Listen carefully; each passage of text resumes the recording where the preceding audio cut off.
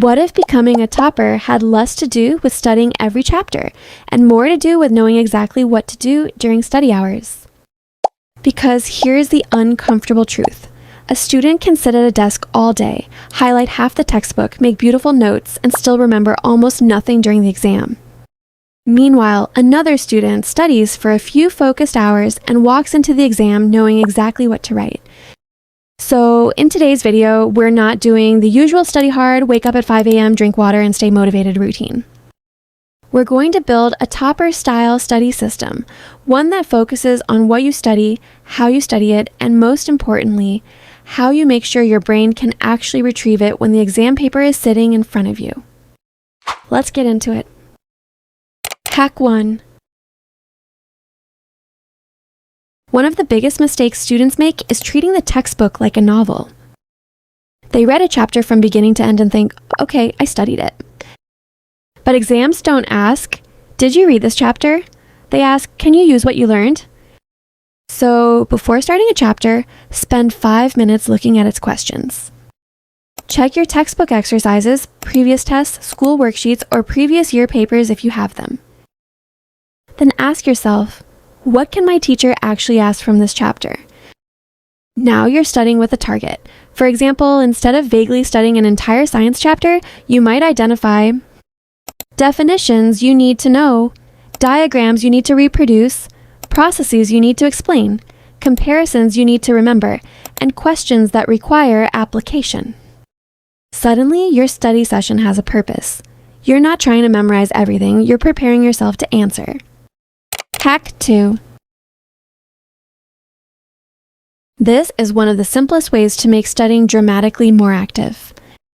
Read a small section, then close the book. Now, without looking, explain what you just learned.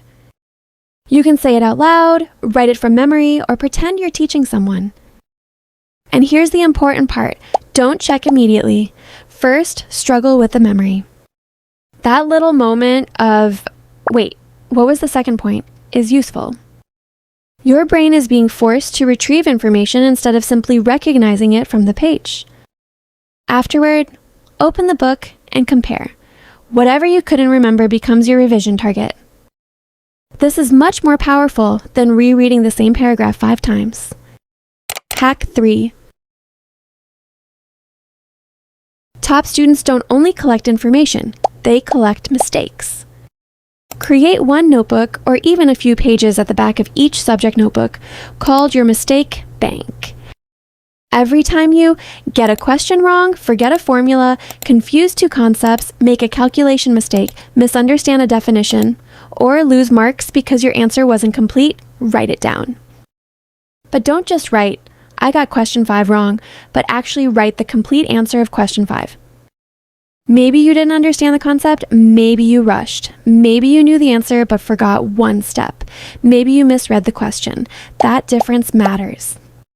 Before every major test, revise your mistake bank first. You're essentially studying the exact places where your marks are leaking. Hack 4.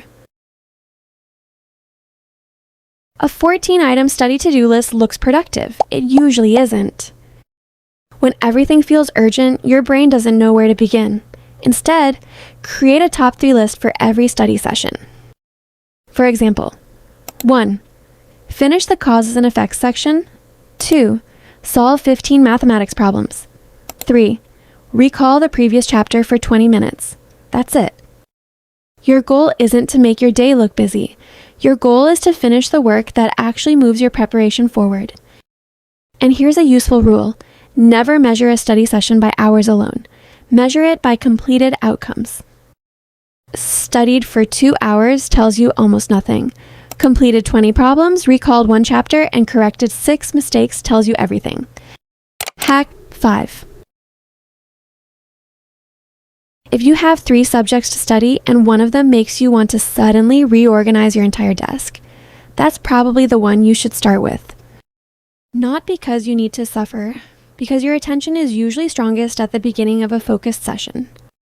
Use that period for the subject or topic that requires the most thinking.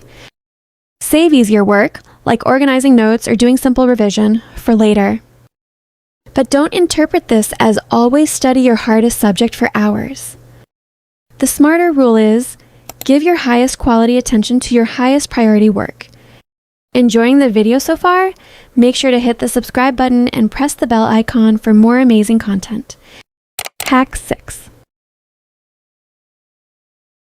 Here's a trick students rarely use. Don't always revise chapters in the exact order you learned them. If you always go Chapter 1, Chapter 2, Chapter 3, then Chapter 4, your brain can start relying on the sequence. Instead, randomly pick topics. Ask yourself, explain photosynthesis. Then, what's the difference between these two concepts? Then, solve this type of equation. Then jump to another chapter. Why? Because your exam won't politely say, "Welcome, here's Chapter 1. Let me know when you're ready for Chapter 2. You'll have to retrieve information from anywhere. Random practice trains your brain for exactly that. Hack 7. After finishing a chapter, create one page containing only the information you repeatedly need. Not a beautiful 12-page summary, one page. Include things like essential formulas, difficult definitions, key dates or facts, confusing differences, important diagrams, common mistakes, and questions you frequently forget. This becomes your command center for that chapter. During revision, you don't have to reopen the entire textbook every time. You can quickly scan the page, close it, and test yourself. And don't spend 45 minutes decorating it. Your notes are supposed to help your memory, not win an art competition. Hack 8. When you're solving a difficult question, don't immediately check the answer. Give yourself a genuine attempt first. Even if you're stuck, write down what you know. For mathematics, write the relevant formula. For science, write the concept you think applies. For history, list the facts you remember, then check the solution. This creates a much stronger learning loop. Attempt, then fail or succeed, then check, then correct, then retry. And the final step is crucial. Retry the question later without looking at the solution. Otherwise, you may only remember the appearance of the answer, not how to reach it. Hack 9. At least once during your preparation, recreate exam conditions. Put your phone away, set a timer. Use only the materials you're allowed to use in the actual exam. Pick a realistic set of questions. And don't pause every 5 minutes. This reveals problems that normal studying hides. Maybe you know everything, but take too long.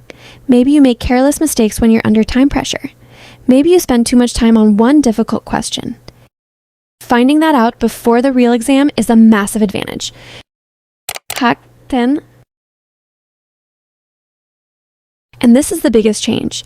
Don't ask yourself, how many hours did I study today? Ask, what can I answer today that I couldn't answer yesterday?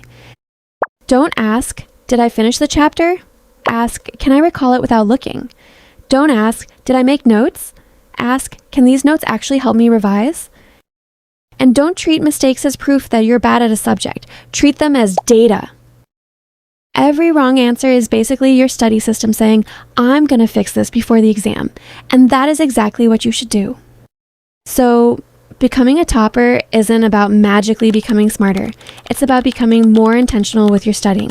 Because when you stop studying just to feel productive and start studying to produce results, your entire approach changes. You don't need a perfect routine. You need a system you can actually repeat. Start with just one of these hacks today. And remember, being a topper isn't about studying every second. It's about making the time you do study count. Do not forget to subscribe, and I will see you in the next video.